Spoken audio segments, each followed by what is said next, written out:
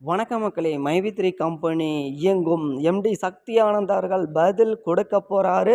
So கோர்ட்டில் பார்த்தீங்கன்னா என்ன உத்தரவு பிறப்பிக்க போகிறாங்க, பணம் எப்போ கிடைக்கும் அப்படின்ற ஒரு எல்லா கேள்விக்கும் நம்ம இந்த வீடியோவில் விடையை பார்க்க இருக்கோம். நீங்கள் நம்ம சேனலுக்கு புதியவராக இருக்கும் பட்சத்தில் ஒரே ஒரு சப்ஸ்கிரைப் அண்ட் லைக்கை போடுங்க. வாங்க வீடியோக்குள்ளே போகலாம். இப்போ பார்த்தீங்கன்னா மைவி3 கம்பெனி எப்போ இயங்கும் அப்படின்ற ஒரு பெரிய கேள்வி. ஸோ அதுக்கு முன்னாடி எங்களுக்கான பணம் எப்போ கிடைக்கும், ஸோ இது பார்த்திங்கன்னா நம்ம இப்போ பார்க்க போகிறோம். ஸோ பணம் எப்போ கிடைக்கும் அப்படின்னா, தற்போது வழக்கோட நிலை கிட்டத்தட்ட ஒரு 90% முடிஞ்சிடுச்சு. ஸோ சக்தி ஆனந்த் அவர்கள் இன்னும் ஓரிரு நாட்களுக்குள்ள மக்களிடையே பார்த்திங்கன்னா பேச போகிறாரு. ஸோ இந்த வழக்கு எந்த கட்டத்தில் இருக்குது அப்படின்றது யாருக்குமே சரி வர தெரியல. ஸோ இப்போ முடிஞ்சிச்சா இல்லையா அப்படின்றது யாருக்குமே சரியாக தெரியல. ஸோ கோர்ட்டில் இதுவரையும் நம்மளுக்கு வந்திருக்க தகவல் என்ன அப்படின்னா, இதுவரைக்குமான வழக்கில் இந்த கம்பெனி மேலே எந்த ஒரு குற்றச்சாட்டும் கிடையாது. இந்த கம்பெனி இயக்க பார்த்திங்கன்னா ஒரு தகுதி வாய்ந்த கம்பெனி அப்படின்னு இதுவரையுமே சொல்லியிருக்காங்க. ஸோ அதனால் பார்த்திங்கன்னா கம்பெனி 100% இயங்கும். ஸோ இப்போ பார்த்திங்கன்னா இது எப்போ இயங்கும், இன்னும் இந்த கோர்ட்டில் பார்த்திங்கன்னா ஜட்ஜ்மெண்ட், அதாவது ஆல்மோஸ்ட் தீர்ப்பு இதுதான் அப்படின்றது உறுதி ஆயிடுச்சு. இந்த தீர்ப்பில் பார்த்திங்கன்னா இன்னும் ஒரு சில விசாரணைகள் மேற்கொண்டிருக்காங்க.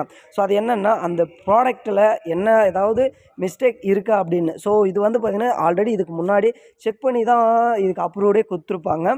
ஸோ மீண்டும் பார்த்திங்கன்னா ஒரு முறை செக் பண்ணிகிட்டு இருக்காங்க. ஸோ தற்போது ஸோ அதில் ஏதாவது குழப்பங்கள் இருந்தால் அதை நம்ம மாற்றணும் அப்படின்றதையும் சொல்லியிருக்காங்க. ஸோ இது எல்லாமே ஓவராலாக முடிஞ்ச பிறகு இந்த வழக்கானது முடிவுக்கு வந்துடும். ஸோ முடிவுக்கு வந்த உடனே ஸோ அவங்கக்கிட்டேருந்து, அதாவது கம்பெனிக்கிட்டேருந்து கைப்பற்றிய ப்ராப்பர்ட்டி, அதாவது டாக்குமெண்ட்ஸு, அந்த கம்பெனியோட டாக்குமெண்ட்டு, அதுக்கப்புறம் இப்போ இந்த பேங்க்கான டாக்குமெண்ட்டு, ஸோ அது A to Z எல்லாமே கோர்ட்லேருந்து கம்பெனிக்கிட்ட பார்த்திங்கன்னா ஒப்படைச்சிடுவாங்க.